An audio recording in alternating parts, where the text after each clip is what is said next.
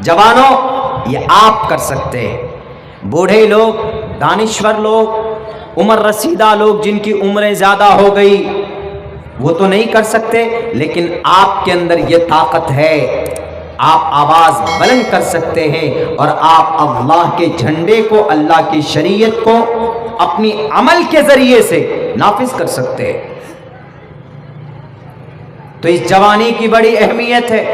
Social media میں جا کر موبائل میں انگلیاں گھس مت لو، راتوں کو ویڈیوز، شارٹ ویڈیوز دیکھ رہے ہیں، گانے سن رہے ہیں، گاڑی چلا رہے تو کان میں لیٹ لگا ہوا ہے، گانے سن رہے ہیں، کوئی فائدہ نہیں ہونے والا۔ وَمِنَ النَّاسِ مَن يَشْتَرِي لَهْوَ الْحَدِيثِ لِيُضِلَّ عَن سَبِيلِ اللَّهِ فَبَشِّرْهُم بِعَذَابٍ أَلِيمٍ۔ گانے سنتے ہیں نا ہم لوگ، ہمارے نوجوان ساتھی، اس گانے کے چکر میں اذان ہوتی ہے، اذان کی آواز آپ کو سنائی نہیں دیتی، آپ فجر کی نماز، آپ فرض نماز پڑھنے کے لیے نہیں جاتے ہو تو کل قیامت میں آپ کی فبشرہم بعذاب علیم، علیم دردناک عذاب کی خوشخبری سنا دو ان نوجوانوں کے لیے، ان لوگوں کے لیے جو موبائل کے ذریعے سے میوزک سنتے ہیں، ڈانس کرتے ہیں۔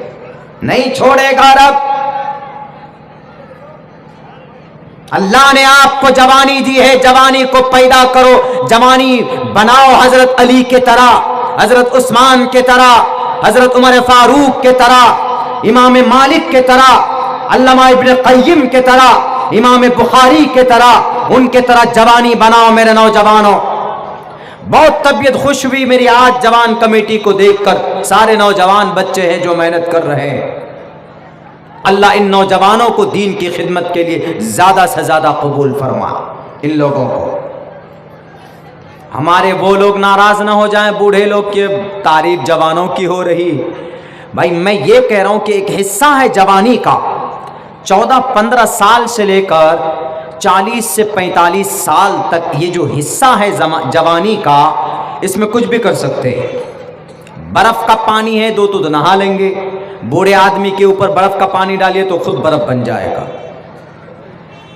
تو جوانی، اس لیے اللہ تبارک و تعالیٰ نے محمد رسول اللہ کی زبانی کہلوایا کہ جوانوں کو بتا دینا وَان شَبَابِهِ فِيمَا أَفْنَا، تم جوانی کہاں بتا کر آئے؟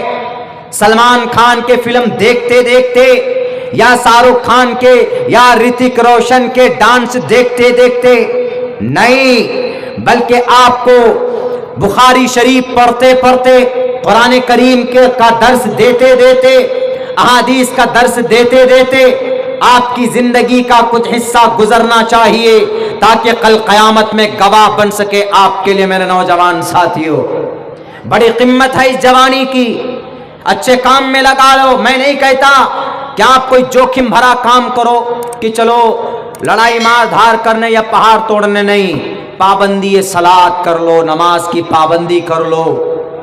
جہاں تک ہو سکے سوشل میڈیا میں غلط کام کرنے سے اور غلط چیزیں دیکھنے سے بچ جاؤ، اپنی نگاہ کی، اپنی شرمگاہ کی حفاظت کر لو، انشاءاللہ آپ کی جوانی۔ وَنَهَا النَّفْسَ عَنِ الْهَوَىٰ فَإِنَّ الْجَنَّةَ هِيَ الْمَأْوَىٰ، بری چیزوں سے روک لوگے تو آپ کا ٹھکانہ جنت ہوگا۔